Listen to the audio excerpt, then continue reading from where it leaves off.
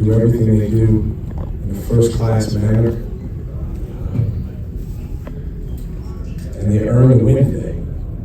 Bottom line, they earned it. We had some misfortune at different times throughout the game, but to win games like this, you have to overcome misfortune. I love the way our guys continue to fight, play with tremendous guts and toughness. Ease a load. We've seen him twice now in the last couple of years. And 28 and 15 looks a lot like what he does to a lot of teams. Our guys fought their tails off to try to keep the ball out of there, and then when he did get it, to try to double. Thought they did a good job forcing some turnovers. But he was the best player on the floor today. Hats off to Purdue. Questions for Coach?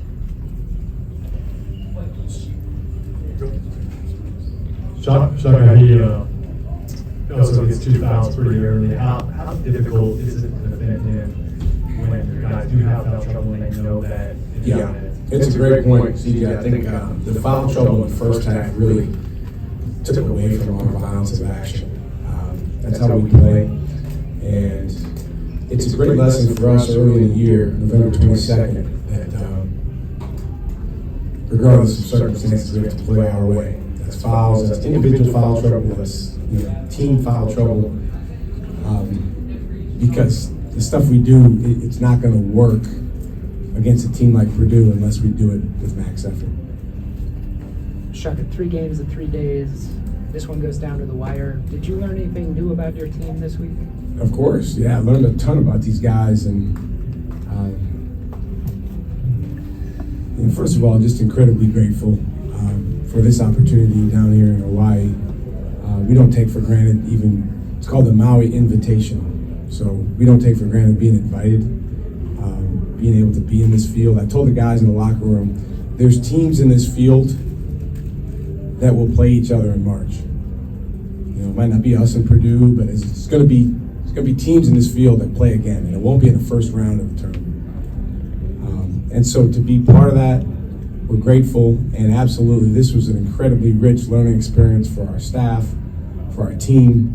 It's just unique because normally after the game, you're able to consume everything from the game and then distill teaching points and communicate with the guys and get feedback from them.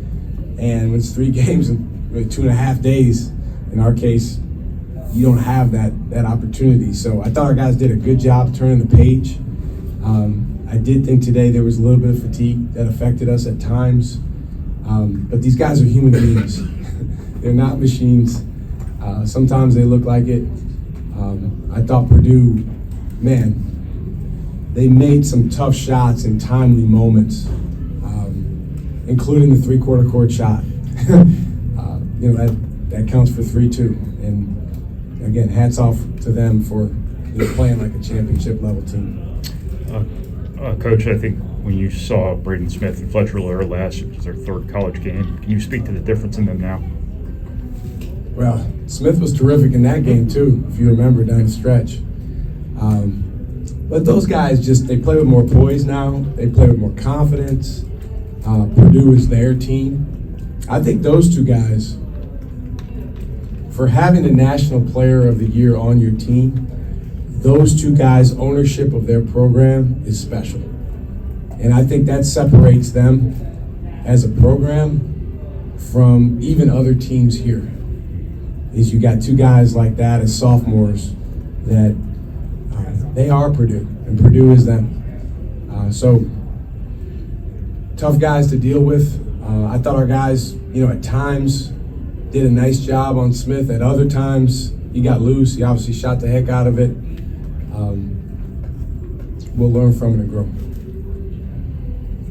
Shaka, obviously, you're dealing with Edie inside, and they're just banging the threes. I think at one point they were 9 for 11, something like that. Yeah. You almost throw up your hand to say, well, if they're going to do that, they're going to win, and you have to adjust. Does that make them almost impossible to beat when they're doing that? Yeah, we try different things. I watched them play someone before we got down here, and I said, that's the best team in the country.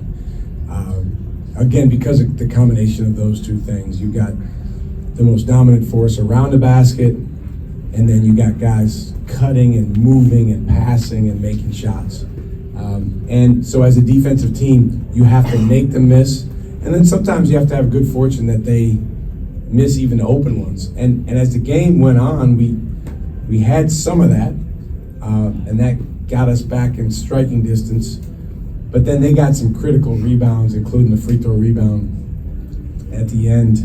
And they can't have both. They can't make shots and Edie get going and then also have offensive rebounds. So easier said than done, but that's an area for us to look at and say, hey, we've got to find a way as a team. It's not just on Oso or one guy, as a team, to go grab the ball.